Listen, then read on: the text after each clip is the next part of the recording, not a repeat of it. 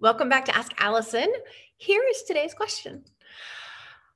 How to get started. It felt really like, blah, blah, blah, how to get started. Okay, so first I want to thank Therapy Notes for sponsoring Ask Allison. It is an all-inclusive, simple, affordable practice management system that has everything you need from your calendar, your notes, video conferencing, credit cards, you don't actually swipe it, you enter it, but credit card processing, that's the word I'm looking for. It has everything you need. It's the #1 rated EHR on Trustpilot.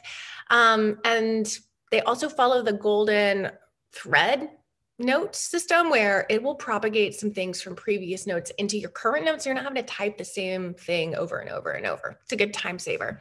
You can check them out for free for 2 months if you use the promo code ABUNDANT at therapynotes.com. All right, so how to get started is our second really big question with very few words in a row on Ask Allison. I love it. Last week's was, how do I attract clients? Boom. Okay. We have a whole checklist for getting started. That's going to be our worksheet for today. So I'm going to talk less about the nitpicky get an EIN stuff because you can download that checklist. I'm going to talk more about some mindset seeds I want to plant. There's this typical trajectory I see as people start their practices. You may be an outlier. That's great, but I'm going to tell you this anyway because I've seen it literally thousands of times. This is the path of those who are learning how to do this, not the people who are doing nothing and just expecting clients to find them magically. People don't take the leap into private practice without some confidence. Usually, the least confident people are the ones who aren't reliant on income.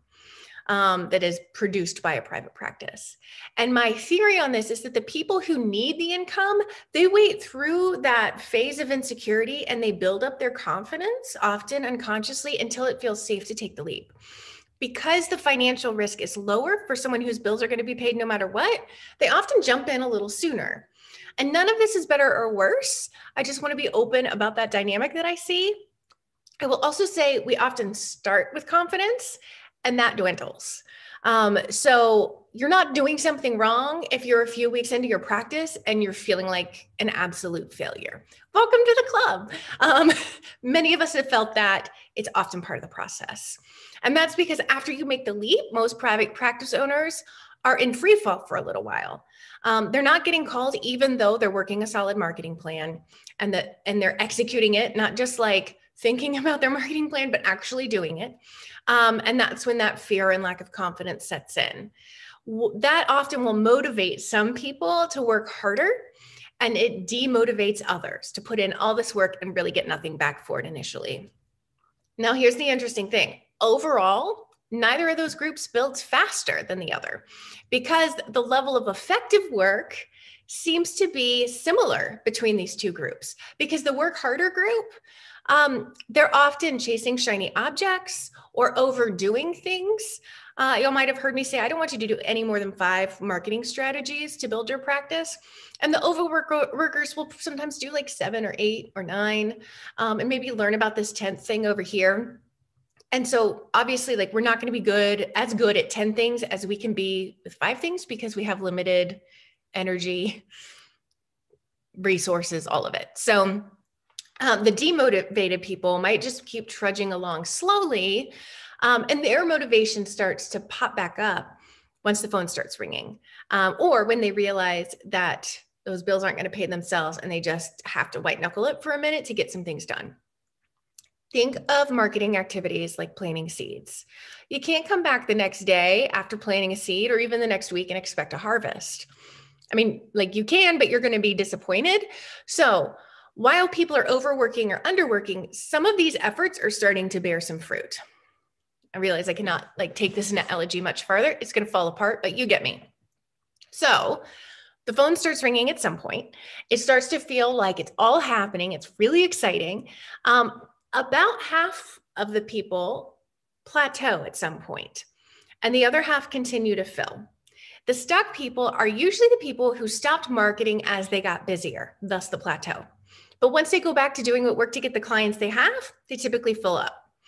At some point, there's a phase for almost all people where they don't trust that the phone is going to keep ringing.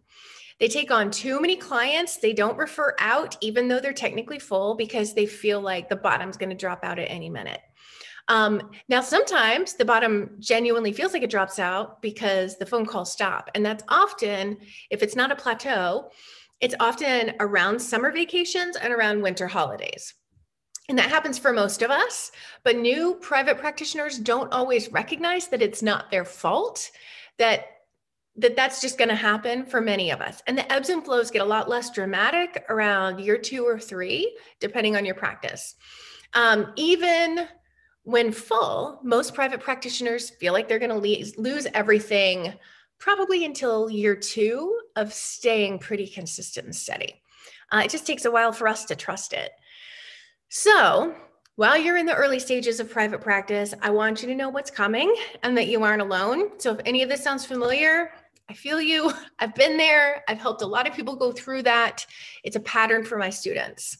And I just said it's a pattern for my students. These are not the people who are just slapping a Psychology Today listing on the internet and calling their marketing complete. Those people, those are the folks who are currently working in agencies and telling you that private practice doesn't work.